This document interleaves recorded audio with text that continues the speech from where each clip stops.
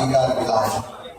लेकिन गुजरात में जिस तरीके से वोट चोरी चल रही है, जिस तरीके से हमने वोट चोरी के लिए पूरा रिसर्च करवाया और उसमें प्राथमिक कारण जो है कि गुजरात में एक इंसान एक वोट नहीं, लेकिन गुजरात में एक इंसान कई वोट ऐसी स्थिति का निर्माण है। गुजरात में आज सवाल हो रहा है कि क्या एक व्यक्ति एक ही वोट दे रहा है या एक व्यक्ति अनेक वोट दे रहा है। उसकी जांच के लिए हमें पूरे गुजरात की जांच करने से पहले एक पार्लियामेंट सीट से शुरुआत की।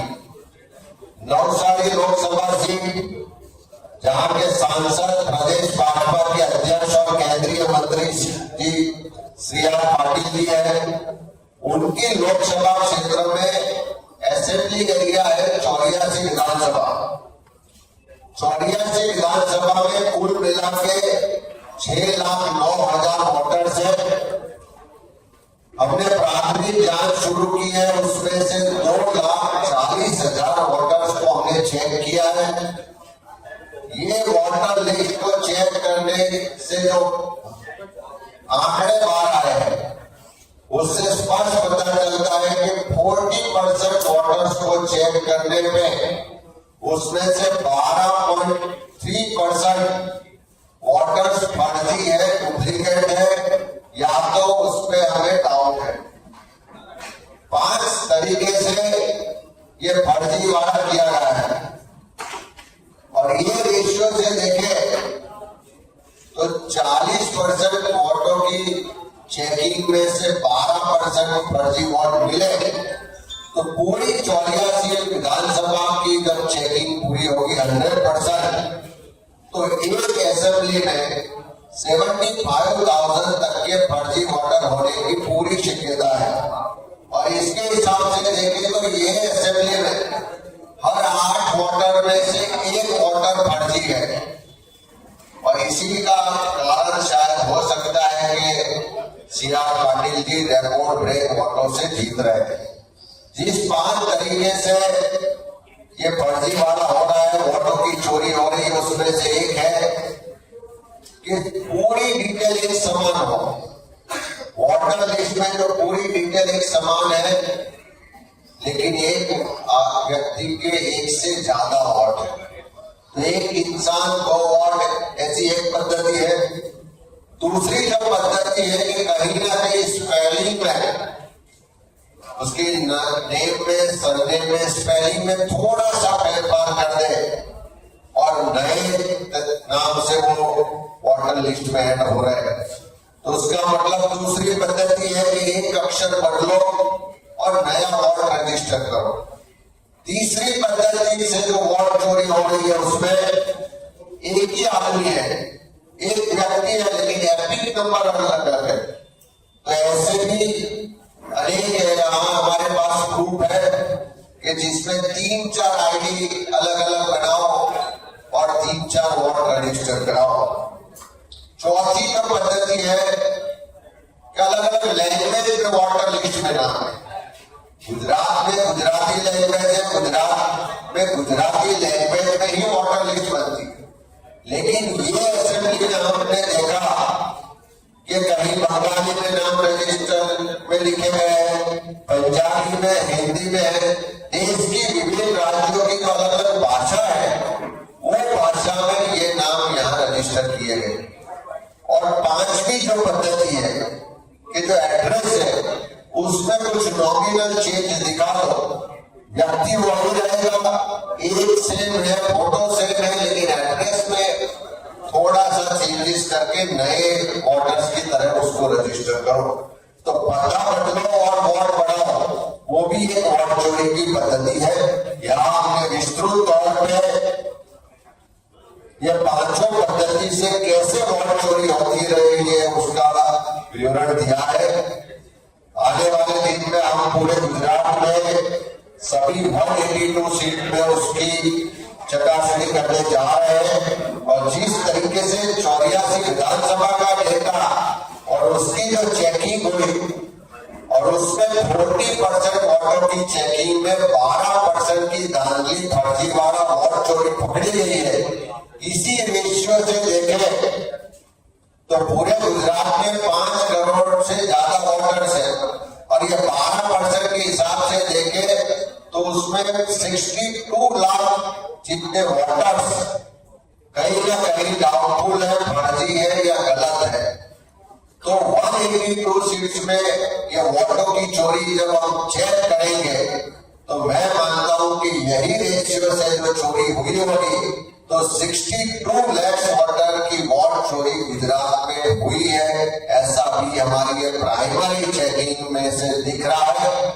और आने वाले दिनों में गुजरात कांग्रेस का कार्यकर्ता गुजरात के सभी 182 असेंबली सीट्स में हर बूथ में जाएगा, हर घर में जाएगा, एक एक वोटर्स की हम चेक करेंगे, वोटर लिस्ट को चेक करेंगे और जो ये वोट चोरी करने वाले लोग हैं, लोकशाही खत्म करने वाले जो लोग हैं, संविधान का हमारा अधिकार छीनने वाले लोग हैं, उन सबको एक्सपोज करेंगे। ये वोट चोरों को गद्दी छोड़ने के लिए मजबूर करेंगे और उसके लिए हम कल 31 अगस्त से अभियान की शुरुआत कर रहे हैं।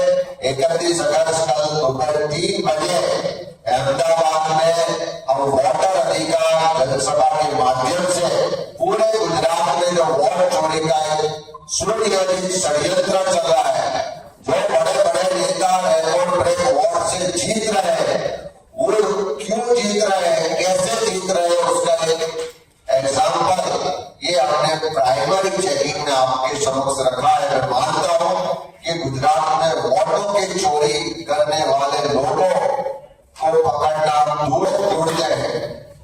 वोटिंग पोलिंग के दिन लोगों की जो लाइनें लगती है पोलिंग स्टेशन पे, उसका माहौल अलग होता है और जब रिजल्ट आता है तो रिजल्ट बिल्कुल डिफरेंट आता है। कहीं ना कहीं लाखों के डिफरेंस से जो सीटें जीती जा रही है, तो रिकॉर्ड ब्रेक वोटों से जीतने के लिए पब्लिसिटी की जा रही है, कहीं ना कहीं उसके अंदर ये वोट चोरी की एक बहुत बड़ा योगदान है, ये बहुत बड़ी जो साजिश है उसका ये नतीजा है। तो मैं मानता हूं कि लोगों के मन में जो डाउट है ईवीएम के प्रति, ये वोट चोरी के प्रति, और ये डाउट दिन पर प्रतिदिन स्ट्रॉन्ग हो रहा है, क्योंकि जो वोटर लिस्ट है वो इलेक्शन कमीशन ने दी हुई है। ऑनलाइन जो वोटर लिस्ट जो दिख रही है इलेक्शन कमीशन की वेबसाइट पे, वो भी अधिकृत है। जब अधिकृत प्रिंटेड लिस्ट में भी गलत वोटर्स हो, अधिकृत वेबसाइट में भी उसकी पुष्टि हो, तो लोगों का जो मानना है, जो शंका है, आज स्ट्रॉन्ग होती जा रही है कि जो इलेक्शन है ये फ्री एंड फेयर इलेक्शन नहीं हो रहा है। कहीं ना कहीं वोटर लिस्ट में भी गड़बड़ी हो रही है, कहीं ना कहीं ईवीएम में भी गड़बड़ी हो रही है। अमित भाई, एक सवाल, क्या कांग्रेस मानती है कि सीबीआई की तरह इलेक्शन कमीशन भी पिंजरे का होता है? जिस तरीके से देश में लोकसभा में विपक्ष के नेता और जन नेता राहुल गांधी जी ने प्रूफ के साथ देश और दुनिया के सामने किस तरीके से वोटर लिस्ट गलत उत्पन्न है, किस तरीके से वोटों की चोरी का एक सुनियोजित षड्यंत्र चल रहा है, उसको उजागर किया। उसके बाद इलेक्शन कमीशन को सामने आना था कि हम न्यायिक तरीके से चुनाव करवाने के लिए कटिबद्ध है, हमारी जिम्मेदारी है, हम ऑनेस्टली ट्रांसपेरेंट वे में ये प्रक्रिया कर रहे हैं। कुछ गलत हुआ होगा तो स्वीकार करने की जिम्मेदारी भी उनकी, लेकिन जिस तरीके से इलेक्शन कमीशन से ज्यादा भाजपा के बड़े बड़े नेता उसका जवाब देने के लिए सामने आए, जिस तरीके से भाजपा बिल्कुल घबरा गई हो कि उसकी चोरी पकड़ी गई हो, इस तरीके से राहुल जी का विरोध करने लगे, उससे स्पष्ट मतलब है कि इलेक्शन कमीशन कुछ बोले उसके पहले भाजपा डर गई है कि वोटों की चोरी पकड़ी गई। और जिस तरीके से इलेक्शन कमीशन ने एफिडेविट दो तब जाकर उन कार्यवाही या जवाब देके ऐसा जो स्टेटमेंट किया, कमीशन भाजपा सरकार के दबाव में काम कर रही है, उनकी इन्फ्लुएंस में काम कर रही है और कहीं ना कहीं उनको फायदा करवाने के लिए काम कर रही है। अमित भाई, जिस तरह से आपने कहा कि चुनाव आयोग भाजपा के विरुद्ध काम कर रही है, उसमें कांग्रेस के पास फिर किस तरह से आगे इस लड़ाई को लड़ेगी, किस तरह से फिर आगे लड़ेगी? कांग्रेस का कार्यकर्ता, हमारी पार्टी के लोग, अभी तक हम मानते थे कि election commission free and fair काम करेगी, ट्रांसपेरेंट वे में, न्यूट्रल वे में काम करेगी। लेकिन पिछले काफी साल से जिस तरीके से वन बाय वन जो मुद्दे बाहर आ रहे हैं, जो तथ्य बाहर आ रहे हैं, उससे स्पष्ट पता चलता है कि वो न्यूट्रल वे में काम नहीं कर रही, कहीं ना कहीं सरकार के दबाव में काम कर रही। जिस तरीके से कर्नाटक का डेटा बाहर आया, जो आज हमने गुजरात का डेटा रखा है, तो इलेक्शन कमीशन के सामने भी सवाल खड़े हुए। आने वाले दिनों में हम इलेक्शन कमीशन से भी जवाब मांगे, घर घर जाके वोटर लिस्ट चेकिंग का हमारा वेरिफिकेशन का अभियान भी चलेगा और हम सरकार को, इलेक्शन कमीशन को मजबूर